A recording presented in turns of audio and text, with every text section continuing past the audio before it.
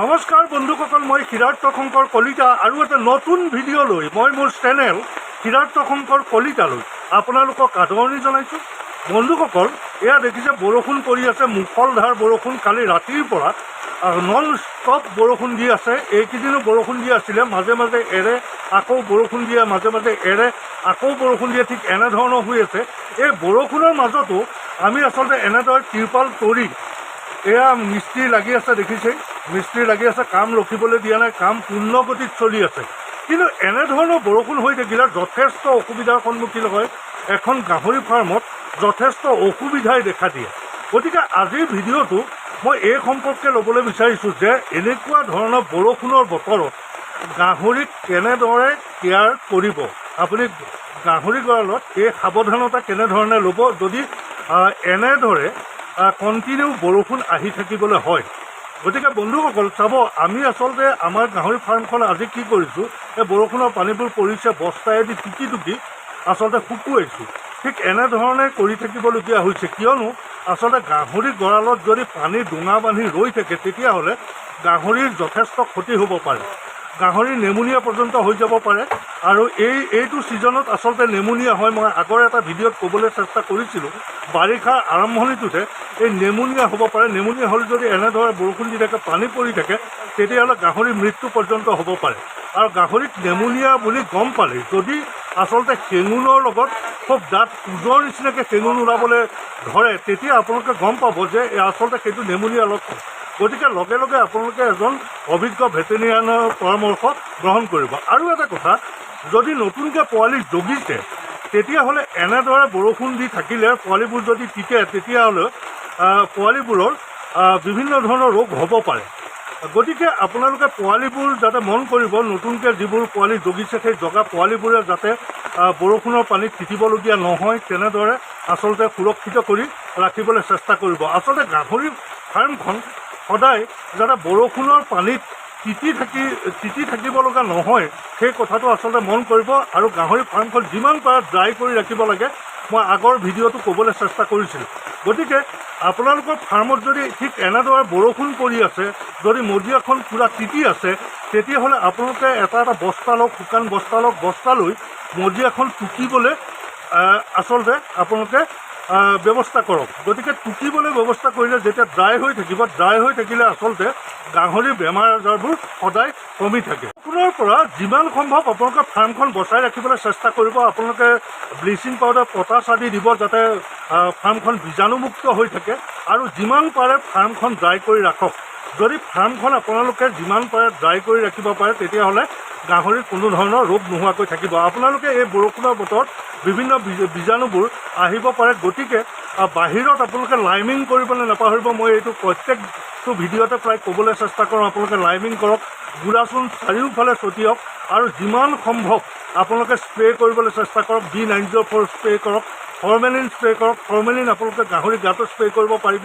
1 litre পানীত যদি 5 ml কৈ লয়, তেতিয়াহ'লে আপোনালোকে গাহৰি গঁৰালৰ ভিতৰত আৰু গাহৰি গাটো আপোনালোকে স্প্ৰে' কৰিব পাৰিব। গতিকে এনেদৰে ৰাখক, সুৰক্ষিত কৰি ৰাখক আপোনালোকৰ ফাৰ্মখন।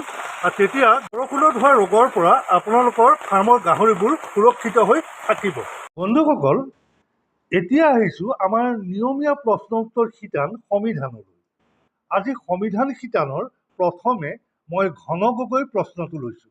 তেখেতে লিখিছে, দাদা, গাহৰিক ঘৰুৱাভাৱে তৈয়াৰ কৰা দানা যেনে কচু, ভাত, চাপৰ, কমাৰ্চিয়েল দানা, তুঁহগুৰি, চাৰ্কফেৰল আৰু মিনাৰেল মিক্সাৰ আদি মিক্স কৰি দিলে ভাল ৰিজাল্ট পামনে? জনাবচোন। গগৈ ডাঙৰীয়া, আপুনি আচলতে দানাৰ খৰচটো কিছু পৰিমাণে কমাব পাৰে।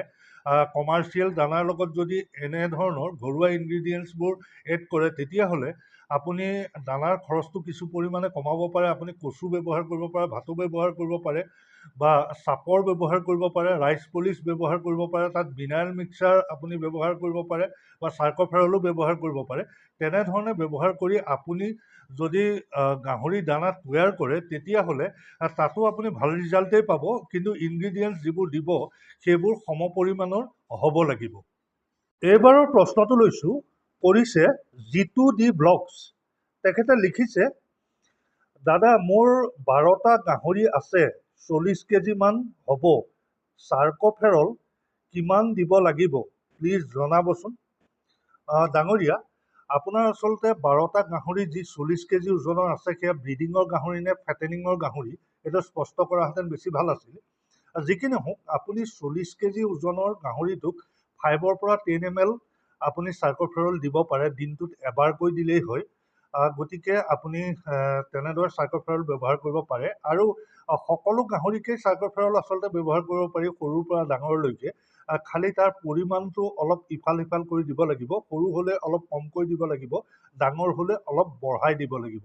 কিন্তু দিনটোত আপোনালোকে দানাৰ লগতে দিব পাৰে, আৰু দিনটোত এবাৰেই চাৰ্কোফেৰল দিয়াৰ ব্যৱস্থা কৰিব, এবাৰৰ ওপৰত দিব নালাগে। এইবাৰ পাৰ্থ গগৈৰ প্ৰশ্নটোলৈ আহিছোঁ। তেখেতে লিখিছে, দাদা মই সুধিব খুজিছোঁ, ধৰি লওক মই কোনোবা ফাৰ্মৰ পৰা পোৱালি কিনি আনিলোঁ, ডাঙৰ হোৱালৈকে দানা কেইবাৰ দিব লাগিব দিনটোত?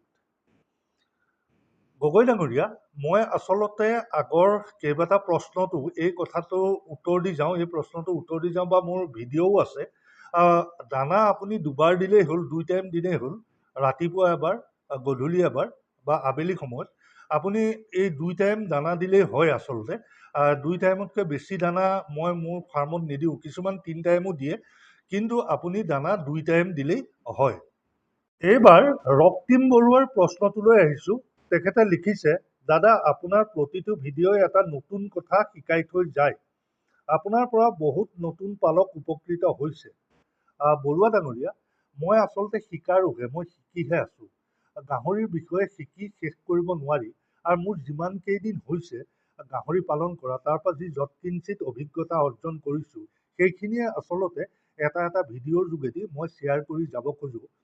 আৰু যুৱ প্ৰজন্মই গাহৰি খেতিৰ জৰিয়তে নিজকে স্বাৱলম্বী কৰি তোলাৰ যি সপোন দেখিছে, সেইলৈ মই কিছু আনন্দিত।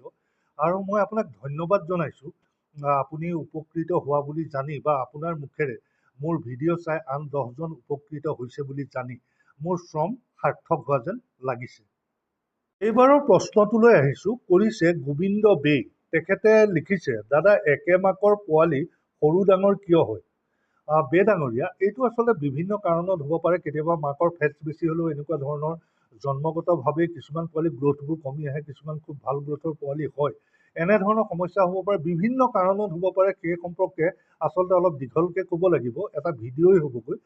গতিকে পৰৱৰ্তী সময়ত এটা ভিডিঅ'ৰ জৰিয়তে মই ক'বলৈ চেষ্টা কৰিম। এতিয়া এটা কথা কওঁ যে জগাৰ পিছত যদি ভাল গ্ৰ'থৰ পোৱালি জন্ম হয়, তাৰপিছতো কিছুদিনৰ পিছত ধৰক 2-এটা পোৱালি গ্ৰ'থ কম হয়, 2-এটা পোৱালি খুব গ্ৰ'থ ভাল হয়, এনেকুৱা ধৰণৰ দেখা যায়। সেইটো আচলতে গাখীৰ খোৱাৰ ওপৰত কথা। কিছুমান পোৱালীয়ে অলপ বেছিকৈ গাখীৰ খোৱাৰ বাবে তেনেকুৱা হয়, কিছুমান পোৱালীক গাখীৰ খাবলৈ সুবিধাটো নিদিয়াৰ কাৰণে বা সুবিধাটো নাপায়, গতিকে সেইকাৰণে সেই পোৱালিবোৰৰ গ্ৰ'থ কিছু কম হয়।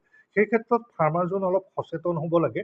আটাইকেইটা পোৱালীয়ে সম পৰিমাণে গাখীৰ খাইছে নাই সেইটো অকণমান নিৰীক্ষণ কৰিব লাগে, তেতিয়া এনেধৰণৰ সমস্যা নহয়।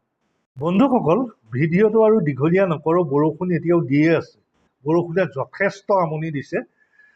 গতিকে ভিডিঅ'টো চাই কেনেকুৱা পালে কমেণ্ট কৰি জনাবচোন। যদি ভাল পালে লাইক, কমেণ্ট, শ্বেয়াৰ কৰিবলৈ নাপাহৰিব। যদি মোৰ চেনেলটোলৈ প্ৰথম আহিছে তেতিয়াহ'লে ছাবস্ক্ৰাইব কৰি দিবলৈ নাপাহৰিব। আৰু এটা নতুন ভিডিঅ'লৈ আকৌ আপোনালোকৰ ওচৰলৈ আহিম। ধন্যবাদ।